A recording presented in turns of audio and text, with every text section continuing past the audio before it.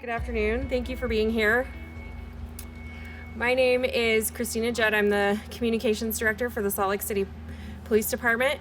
Thank you for coming to our daffodil planting today.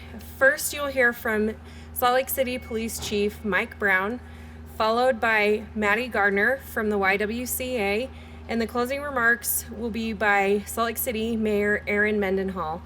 Following that, we will ask everyone to help grab some trowels and the bulbs, and we'll be planting the flowers behind us around the hands.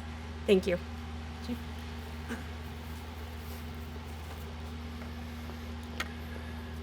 Thank you, Christy. Thank you, Maddie Gardner of the YWCA. Thanks for being here.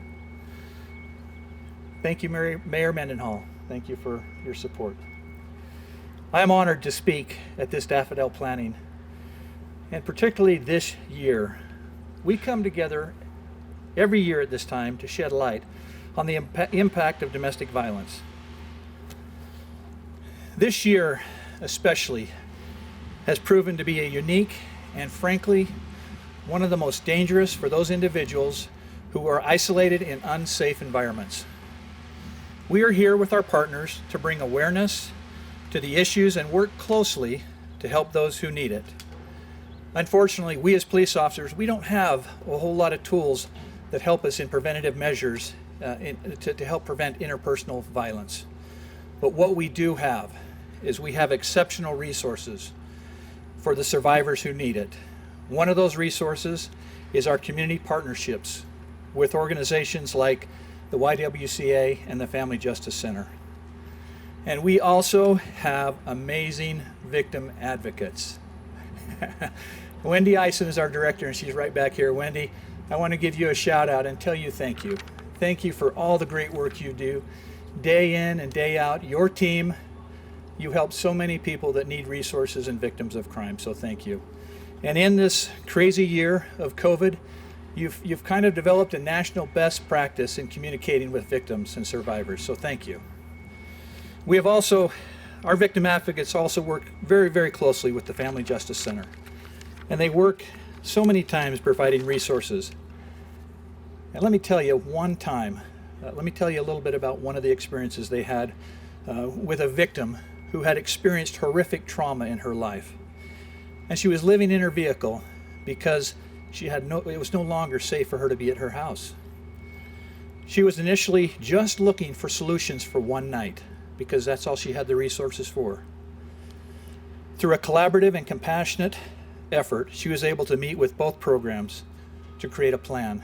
She met with the Salt Lake City PD's victim advocate and Wendy's team. She met with the Family Justice Center and their team, and they were able to use their access to Victims of Crime Act grants, and the survivor was able to get and create a long-term solution that met her needs.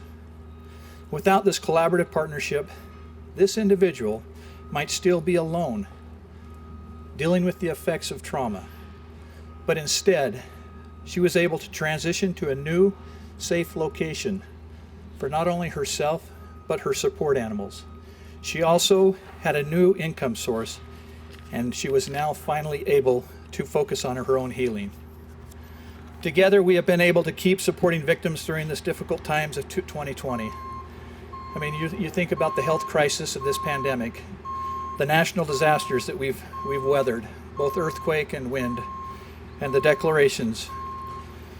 Through all of this, we have and we must continue to support, because these things have added to the rise in domestic violence related cases here in Salt Lake City. We are also participating in a joint program with EMS and medical staff to strengthen our team's response to domestic violence strangulation calls.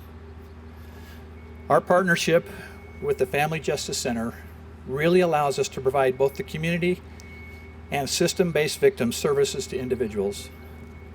We hope that all who need these types of services and resources will find them through us and our partners. And today we will plant these bulbs in hope that we will see them next spring to remind us of all those who have survived domestic violence. Thank you.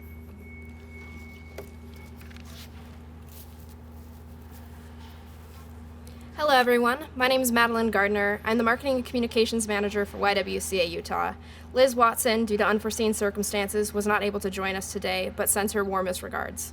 On behalf of YWCA Utah and Liz Watson at the Salt Lake Area Family Justice Center, we thank Mayor Mendenhall and Police Chief Mike Brown for their continued and ongoing support as we work to address the issue of domestic violence in our community. The partnership with Salt Lake City and the Salt Lake City Police Department is one that stretches beyond time. We continue to work and evaluate and improve our programs to better serve survivors in our community. YWCA Utah has served victims of domestic violence in our community since 1976, and we have firsthand experience with the devastating effect that domestic violence has on families and communities. We feel fortunate to work with thousands of women and children each year as they turn to the YWCA for help to break the cycle of violence that they are stuck in. We remain dedicated to serve these women and children each and every day and guide them through fear and uncertainty, which have only been exacerbated by the devastating effects of the COVID-19 pandemic. We remain open and dedicated to serving everyone in our community safely. Today, our services include the Women in Jeopardy Crisis Shelter, which provides confidential, safe shelter for women fleeing domestic violence in crisis situations. The Salt Lake Area Family Justice Center, which provides critical care in collaboration with several community partners for victims of domestic violence, sexual assault, stalking, and elder abuse. Transitional housing for low-income women and children who are survivors of family violence, in our 24-hour confidential crisis hotline, which can be reached at 801-537-8600 or toll-free at 855-992-2752. We remain dedicated to serving our community fully, but we know that we cannot do it alone. We rely on the ongoing and continued collaboration with community partners like Salt Lake City and the Salt Lake City Police Department to do this work. Together, we can help victims and survivors make difficult decisions and brave decisions each and every day to break the cycle of violence and build the violence-free lives that they so desperately need and deserve. Thank you.